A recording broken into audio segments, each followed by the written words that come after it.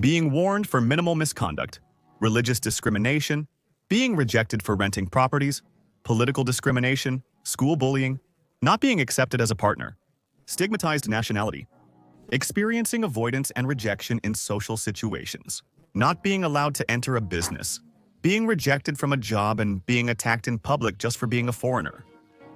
I'm Naka. This is Japatonic Life, and today we're going to talk about discrimination and xenophobia in Japan. 12. Being watched more closely than Japanese people or being warned for even the slightest improper behavior. This is something that can happen from time to time.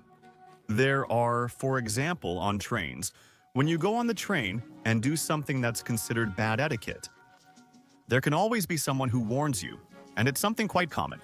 It's not a matter of discrimination, but because they know it's someone who might not know the customs. And there are people who really want those customs to be respected. That's why there are videos about things you shouldn't do in Japan. When it comes to making noise, there's always a chance that someone might warn you or say something to you. And as for being watched, sometimes it can happen, but it's not something that happens that often either. It really depends on the context. It could be that they're watching you a bit more, but it's more because they don't know if you're comfortable, so to speak. For example, in a store or a restaurant, if they see that you don't understand how the system works, how things work at the restaurant, well, in that case, they're watching you, but in a good way. Now, watching you in a bad way. It's maybe a store that gets a lot of thefts. It can happen, but it's not something we should feel very uncomfortable about. 11. Religious discrimination is virtually non-existent in Japan. Instead, all religions are highly respected.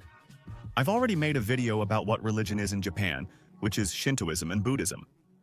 And these are religions that are open to other religions. Therefore, if there's anything that doesn't exist, it's religious discrimination. Even, for example, in the onsen, in the hot springs, there are things that are prohibited, such as tattoos.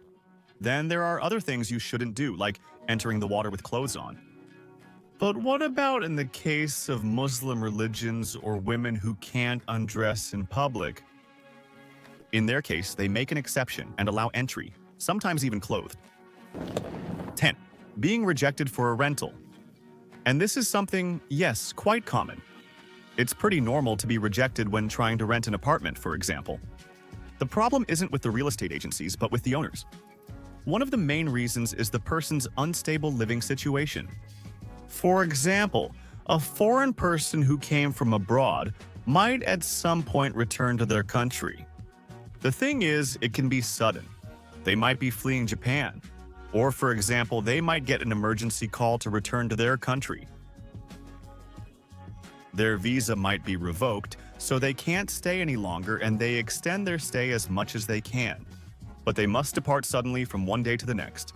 They might leave the apartment in a mess or leave their belongings behind, since here nobody is interested in having someone else's things. Because most of the time, everything just turns into trash. Whereas in other countries, people say, wow, if someone leaves everything, that's great. I have a bunch of new things for myself. No, that's not how it works in Japan. And the thing is, people don't want to be checking and figuring out how long the person's visa is going to last. Renewal frequency is uncertain, and there's no guarantee it will be renewed at all. Therefore, people, the apartment owners, choose not to have foreigners. Japanese people usually respect the apartment regulations quite a lot. When you buy an apartment, it's not like you can do whatever you want in that apartment. Sometimes in apartments, you're not allowed to smoke, even if you're renting. Often there are rules like no smoking, no pets, and not making certain types of renovations. And well, there are foreigners who sometimes forget about that, they don't care, and they just do whatever they want in some way. Tenants can leave apartments in disrepair, and they must cover the cost of all repairs when they move out. And you don't know if the foreigner is going to be in the country to pay for those repairs. 9. Political discrimination. Being discriminated against for being from another country. It's common for people, especially in comments, to discuss Japan's actions in China or Korea during World War II. Let's keep in mind that this was over 70 years ago. Nowadays, Japanese people don't usually discriminate against others because of their nationality, but they do tend to have a rejection towards, for example, Chinese or Korean people who come to Japan usually have more stable visas than those from other Western countries. But even so, they still don't want to rent to Chinese or people from other Asian countries because of issues like smells or the types of food they cook. That is considered bad for the neighbors and bad for the maintenance of the apartment. For the day you leave the apartment, dealing with odor cleaning is quite a complex issue. Both Chinese and Koreans don't usually suffer discrimination. The only thing that has happened, which was something that happened in absolutely every country in the world, it was when COVID started, which we all know began in China. And, well, at that time there were businesses or restaurants, Chinese stores in Japan that received letters rejecting Chinese culture, telling them to leave the country and things like that. But those were isolated cases that we know happened all over the world. Honestly, I was a little disappointed because sometimes I think there aren't Japanese people like that here. But yes, there are. In the same way it happened with Russians, for example. Russian stores and restaurants also received insulting phone calls because of the Russia-Ukraine war. 8. School bullying. Well, this always happens. For example, in the area where I live, there are many foreigners, Latin Americans. Therefore, there isn't much school bullying there, because the kids are foreigners, since there are many of them. But in areas where there aren't as many foreigners, it's easier for kids to get bullied. Kids aren't always completely open, but it can happen not just because you're a foreigner, but for being different in any way. For example, being the overweight kid in class is already a reason to be bullied. One is Japanese and the other is black. Obviously, the kid will look more like the black parent. Sometimes they may experience some bullying. Let's call it unintentional, not meant to be mean, but it can still make the kid feel bad. For example, I've heard of kids asking others, "Why is your face always dirty?" And that's pretty harsh. These are cases from interviews with parents where I've seen that kids have been told things like that. The key point is that Japan's foreign population percentage is only 1%. And there's a serious issue, a lack of awareness among kids because of the lack of diversity in the country. 7. Being rejected as a partner.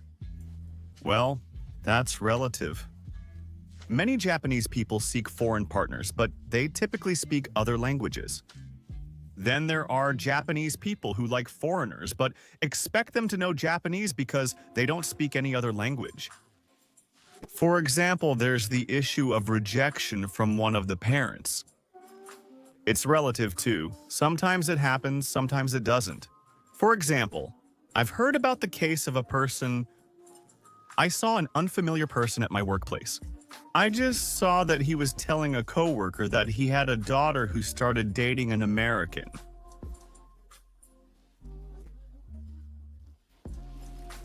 This man was about 60 years old, more or less. The father was talking about how upset he was that his daughter was dating an American, because it seems he told his daughter, "Your grandfather fought in the war against those people. You're crazy. How can you date an American?" Honestly, I wanted to step in and tell him, "You're an idiot. I mean, shoot yourself in the head." But I wasn't going to get involved since he was a stranger to me. Therefore, if it happens, yes, these are things that can happen, but nowadays things are pretty open. There might be people with old-fashioned values out there, but it's more of a matter of personal interest than something that comes from parents. In my case, my in-laws are quite happy to see their daughter happy. Therefore, they don't say anything to me, and I have several friends who are dating Japanese women and nobody has any problems with anyone. It's rare for something to happen. 6. Stigmatized nationality. It's not very different from political discrimination, but I actually want to mention it from the perspective that some nationalities have a reputation for certain things. Unfortunately, there's a lot of that, especially with the Chinese. And above all, what really makes that noticeable is the tourism side. Here, the Chinese have a very bad reputation for having very bad habits, like being very noisy, shouting a lot when they talk, and being very messy. The Japanese, who really respect lines, while the Chinese sometimes try to cut in or push their way in. And therefore, as I've said in the videos, about things you shouldn't do in Japan. If tourists have a certain pattern of bad habits, then tourist areas start to put rules in place so that people respect certain rules and don't mess things up. Once, in a tourist area, I saw a sign in the bathroom that said "Not allowed," and it showed a little person putting a fishing rod inside the toilet. Why would a place need to put up a sign saying that fishing in the toilet is prohibited? I don't understand anything, but there must be a reason why those kinds of signs exist. 5. Being avoided even with minimal contact. And this is something, for example, that many friends have told me is the most racist, the most xenophobic thing that has happened to them in Japan. Is it that no one sits next to them on the train? Or, in any case, that they sit on the train and the person next to them gets up and leaves?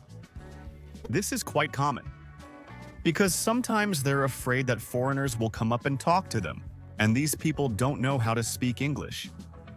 Along with the issue of stigmatization, there's kind of a stigma that foreigners talk a lot with strangers. And therefore, Japanese people want to avoid having a foreigner come up and talk to them. Sometimes people avoid socializing because they don't feel like it or they fear being asked something. But it's something that happens a lot when it comes to trains, and not just with trains. I don't know if there's anything else that happens, but let's say that's the most common one of all. 4. Being rejected in a social circle.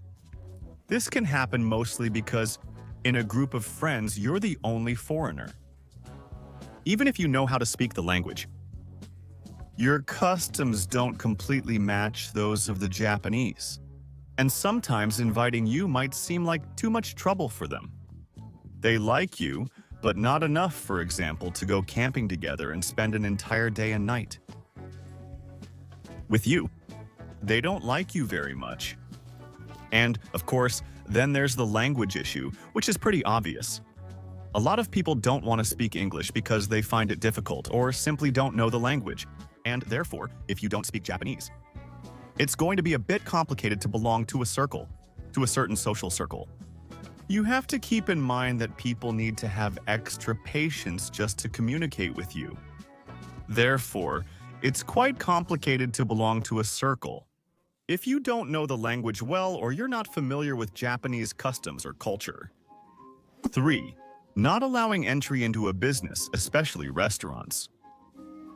There are very few cases, but there are places that have signs saying foreigners are not allowed. This can be for several reasons. Some are simply because they only have the menu in Japanese, and they are not interested in having a menu in English, or having to explain what they serve. It's like they want things to be easier, like they prefer to deal with easy customers, which are the locals. On the other hand, the more direct ones are, for example, in the Yokosuka neighborhood, where there's a pretty big American military base. There are many businesses that specifically don't allow people from the military base. The Americans who live and work on the military base don't have even a bit of Japanese customs integrated. Therefore, they have customs that don't suit the Japanese, and it may be that they've caused certain problems, which is why they're rejected. But these are very specific foreigners. Then, others are because they can't provide proper service for foreigners, meaning the service isn't adapted for foreigners. Therefore, it's more or less like what I was saying about the menu. 2. Being rejected from a job. And yes, this can happen, but mostly because of language issues. A person will normally look for a job that they know they are capable of doing. The thing is, sometimes you might not have enough command of the language, but maybe you want to and you say, I want to give it a try. But of course, if the Japanese see that you don't have enough command of the language, they might reject you. Depending on the job, some may be more tolerant of a lack of language skills, others not so much. For big important positions, yes, the most common thing is to be rejected.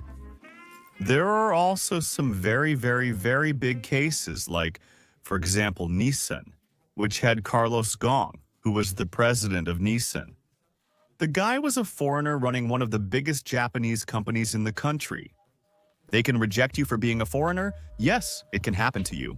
You're going to have fewer opportunities, and even among the few opportunities you do have, you'll have even less. It could happen that they reject you for not being Japanese. Although it's also related to jobs that are easier for foreigners. Like, for example, English teachers. You don't need to be a native English speaker, but they can hire you as a teacher as long as you speak better English than a Japanese person. 1. Being assaulted in public just for being a foreigner. Luckily, this is something that doesn't happen, and at least I've never heard of it happening to anyone in my life. Like, it does happen in some other countries where, well, there are cases of, for example, black people or Latinos who are attacked in European countries or in the United States. No, those things, fortunately, don't happen, and I've never heard of it happening. Maybe there's an isolated case, but it's very rare. And there's one I forgot. Being stopped by the police on the street just for being a foreigner. That does happen quite a lot. Really quite a lot. They might request your documents as part of efforts to find undocumented immigrants. They won't get you in trouble just because of that. If you're there as a tourist and your visa is in order, nothing will happen. But it is quite common for foreigners to be stopped on the street. The police can do that. It's just a document check, nothing more, to verify the documents. Luckily, I covered the topics very lightly, just a little bit, very generally, to make a video, to give a general idea. There are a lot of people that believe Japan is among the most racist nations, but I think they're living in a bubble. I mean, they have no idea what they're talking about, but as a general idea, yes, well, Japan does have certain points of xenophobia, but they're not that serious either. The country I come from is much worse, to be honest. I'm Nakato Foya. Regards to you, your family, your pet, and your annoying neighbor.